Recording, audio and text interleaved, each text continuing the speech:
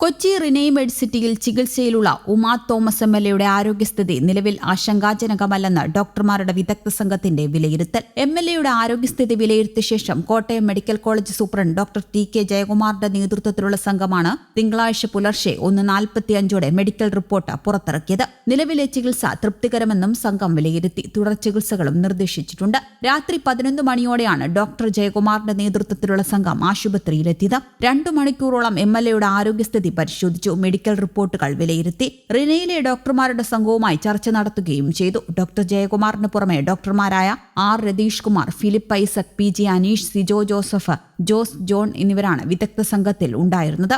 സർക്കാരിന്റെ നിർദ്ദേശപ്രകാരമായിരുന്നു പരിശോധനകൾ. നിലവിൽ തീവ്രപരിചരണ വിഭാഗത്തിലാണ് എംഎൽഎയുള്ളത്. ശ്വാസകോശത്തിനും വാരിയെല്ലിനും തലച്ചോറിനും പരിക്കുണ്ട്. ആരോഗ്യമന്ത്രി വീണ ജോർജിന്റെ നിർദ്ദേശപ്രകാരമാണ് പ്രത്യേക മെഡിക്കൽ ടീമിനെ ചികിത്സയ്ക്ക് നിയോഗിച്ചത്. കലൂർ സ്റ്റേഡിയത്തിലെ ഗാലറിയിൽ നിന്ന് കാൽവഴുതി വീണാണ് ഉമാ തോമസ് എംഎൽഎയ്ക്ക് പരിക്കു പറ്റിയത്. നൃത്തപരിപാടിയിൽ പങ്കെടുക്കാനെത്തിയപ്പോഴായിരുന്നു അപകടം. ഗാലറിയുടെ വശത്തു നിന്ന് എംഎൽഎ താഴേക്ക് വീഴുകയായിരുന്നു. ബാരിക്കേഡ് സ്ഥാപിച്ച പൈപ്പ് വീണ് തലയ്ക്ക് പരിക്കേറ്റു.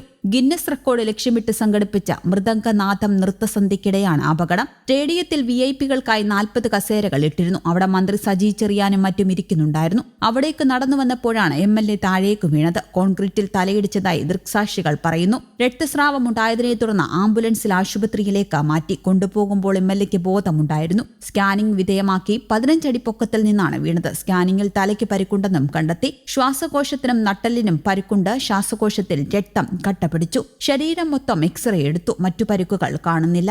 പ്രധാനമായും നോക്കുന്നത് തലച്ചോറിലെയും ശ്വാസകോശത്തിലെയും പരിക്കാണ്. മുഖത്ത് മുറിവുകളുണ്ട്. വശശസ്ത്രക്രിയ ഇപ്പോൾ ആവശ്യമില്ല. ബോധരഹിതയാണെന്നും ആരോഗ്യസ്ഥിതി മെച്ചമാണെന്നും ഡോക്ടർമാർ പറയുന്നു. വിദഗ്ധ ഡോക്ടർമാരുടെ സാന്നിധ്യത്തിൽ 24 മണിക്കൂർ നിരീക്ഷണത്തിലാണ്. അടിയന്തര ശസ്ത്രക്രിയ ആവശ്യമില്ലെന്നാണ് കഴിഞ്ഞ രാത്രിയിൽ ഡോക്ടർമാർ അറിയിച്ചത്. 3 വാരിയലുകൾക്ക് പൊട്ടലുണ്ട്. ഇതിനെ തുടർന്നാണ് ശ്വാസകോശത്തിൽ രക്തം കട്ടപിടിച്ചത്. പുതിയ മെഡിക്കൽ ബുള്ളറ്റിൻ രാവിലെ 10:30 ഇറക്കുമെന്ന് ആശുപത്രി അധികൃതർ അറിയിച്ചിരുന്നു. ഉയരത്തിലുള്ള വീഴ്ചയുടെ ആഘാതത്തിൽ മസ്തിഷ്കത്തിൽ ഗുരുതരമായ പരിക്കേറ്റിട്ടുണ്ട്. തലയിൽ ഡിഫ്യൂസ് ആക്സിണൽ ഇഞ്ചുറി ഗ്രേഡ് 2 സംഭവിച്ചു. പെട്ടെന്നുണ്ടാകുന്ന ആഘാതത്തെ തുടർന്ന് തലച്ചോറിലെ അതിസൂക്ഷ്മമായ നാഡികൾ വലിഞ്ഞുണ്ടാകുന്ന ഗുരുതരമായ ക്ഷതമാണിത്.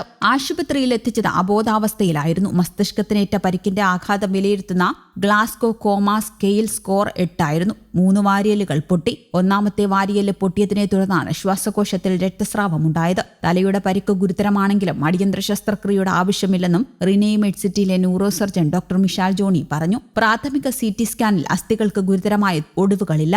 മുറിവുകളിൽ തുന്നലുകൾ ഉൾപ്പെടെയുള്ള ചികിത്സകൾക്ക് ശേഷം 24 മണിക്കൂർ തീവ്രപരിചരണ വിഭാഗത്തിൽ നിരീക്ഷണത്തിൽ തുടരും. അതിനുശേഷം മാത്രമേ തുടർ ചികിത്സയുടെ കാര്യത്തിൽ തീരുമാനമെടുക്കുകയുള്ളൂ. സ്വകാര്യ ആശുപത്രിയിലെ മെഡിക്കൽ ബോർഡിന് പുറമെ Kottayam government medical college superintendent doctor ജയകുമാറിന്റെ നേതൃത്വത്തിൽ കോട്ടയത്തെയും എറണാകുളത്തെയും ഗവൺമെന്റ് മെഡിക്കൽ കോളേജുകളിലെ വിദഗ്ധ സംഘം ചികിത്സകൾക്ക് മേൽനോട്ടം വഹിക്കുന്നുമുണ്ട്.